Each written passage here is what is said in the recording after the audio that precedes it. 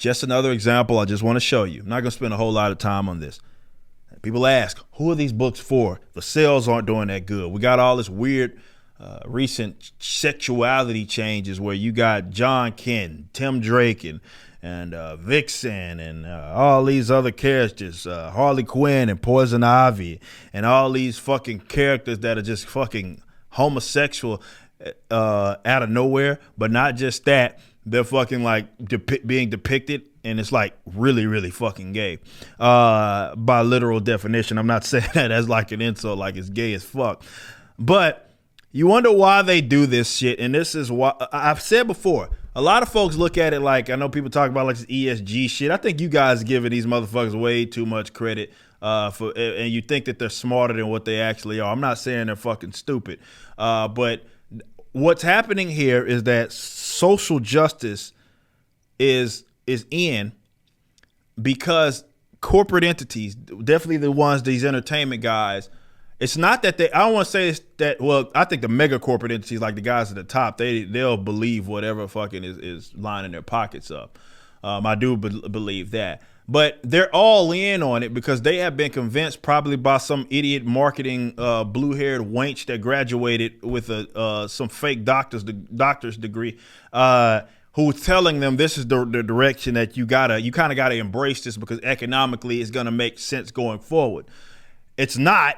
But that's what the people that unfortunately they've hired have convinced them, and that's why they're doing it.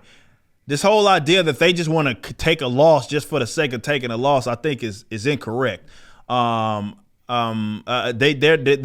take it momentarily because they think that it's gonna make them money in the long term, and they could say, "Well, we were ahead of the curve." But it's not just that; it's that the people that are like the writers, the people that produce this stuff, you gotta understand, like they are like a big with these mega corporate entities.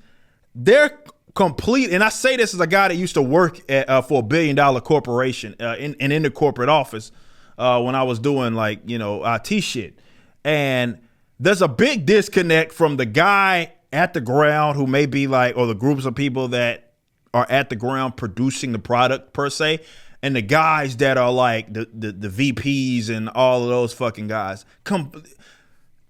A lot of these guys are completely disconnected, and that's why they have people in the middle to try to kind of help them understand this shit. But a lot of these guys have no fucking idea what these fucking retards are doing. And they're like, is it going to make us money? All right, fuck it, let's do it. The people down at the bottom, when it feels like the insane people run the nut house, that's what it is. These people, now the writers, they are socially influenced. And they're controlled and consumed by like their activism, right? And they're not writers, right? They're actually activists.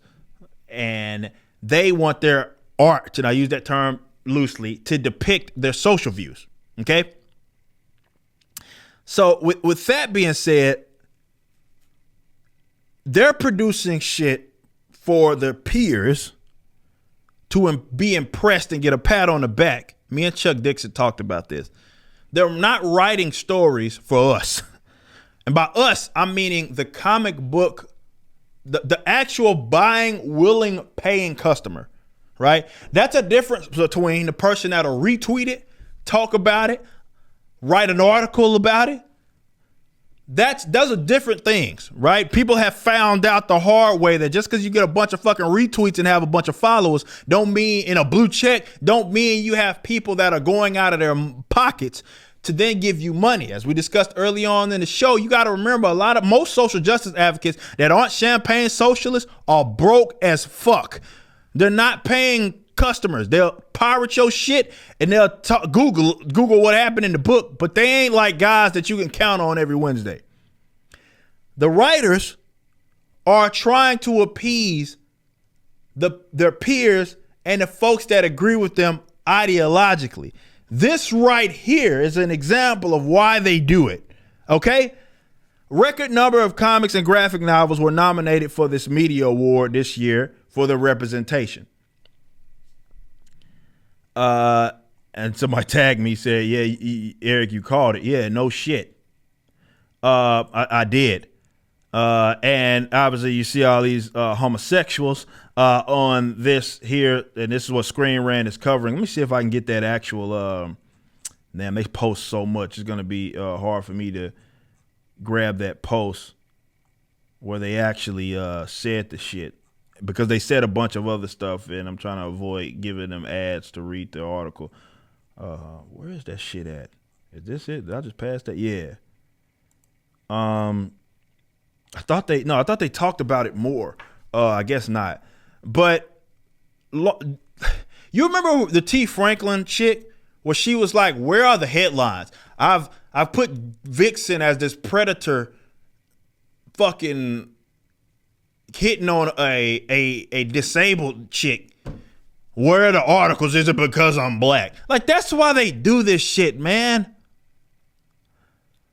It's for the articles, for the retweets, for the acknowledgement of, look at me, I've done something well for society. Sure, nobody bought this shit, and nobody's really interested in it, but it got some retweets. I got some praise. I guess I'm gonna end up having to fucking click on this and all of this shit. And it talks about all these characters like, John Kent, like I've mentioned, all this, and the GLAAD Media Awards and all this. Hey, congratulations, you're gay as fuck out of nowhere, and we have the fight for Lee C's leading the fight for queer representation. They're not in the business of selling fucking books. Now, some people are gonna take this and say, "Well, you just got a problem with gay characters," and to those people, I don't even feel the need to defend myself, because you're a fucking retard. I am under no requirement to defend myself from a claim that is fucking nonsensical and that you pulled directly out the crack of your ass. I just don't have time for that, and I'm not under any requirement to do that. You're just a fucking retard that you don't understand that tokenization and all those lousy sort of things it is that you do for the sake of this sort of stuff. It's something that we're aware of and we're knowledgeable of because you tell on yourself. Right? You're not doing this for the right reasons. So the characters that you create aren't actually there to be legitimate characters. They're there to check a box, or because you're obsessed with activism and your social views, and that's reflective of the character, because that's why they're so shallow, right? It's like when I was talking to Chuck Dixon, who, if nobody, it's the man that knows Robin, particularly Tim Drake, and knows Batman, it's fucking Chuck Dixon. And he brought up a great point when we were talking about this in my on our show. And he was like, it's not like they, okay, is he interesting? He's like, is Tim Drake more interesting? Did you do something good to develop the character? Oh no, he's just gay. He's just gay. Like, not did anything to make him interesting. He's just gay now.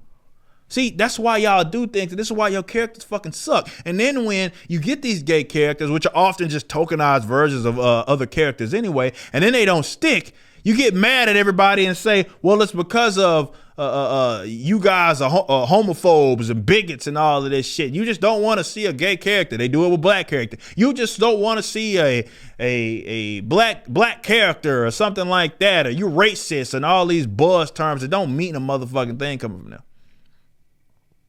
No, it's just that they don't know what they're doing.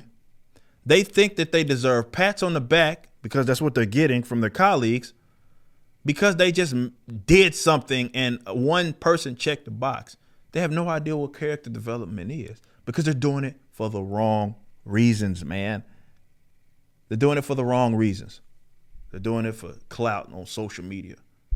And this is why so many of y'all are pissy broke. You just listened to a clip from my podcast, For Canon's Sake, which is live throughout the week at 12 p.m. Central on YouTube.com/YoungRipper59 and Odyssey.com/@YoungRipper59. Be sure to check out my website, EricDJuly.com, so you can stay up to date with everything it is that I'm doing. You can also become a member and get access to a bunch of cool perks and exclusive content, which includes a social media hub where you can interact with myself and other members. It even has an app that you can get, which is now live in the Google and Apple stores.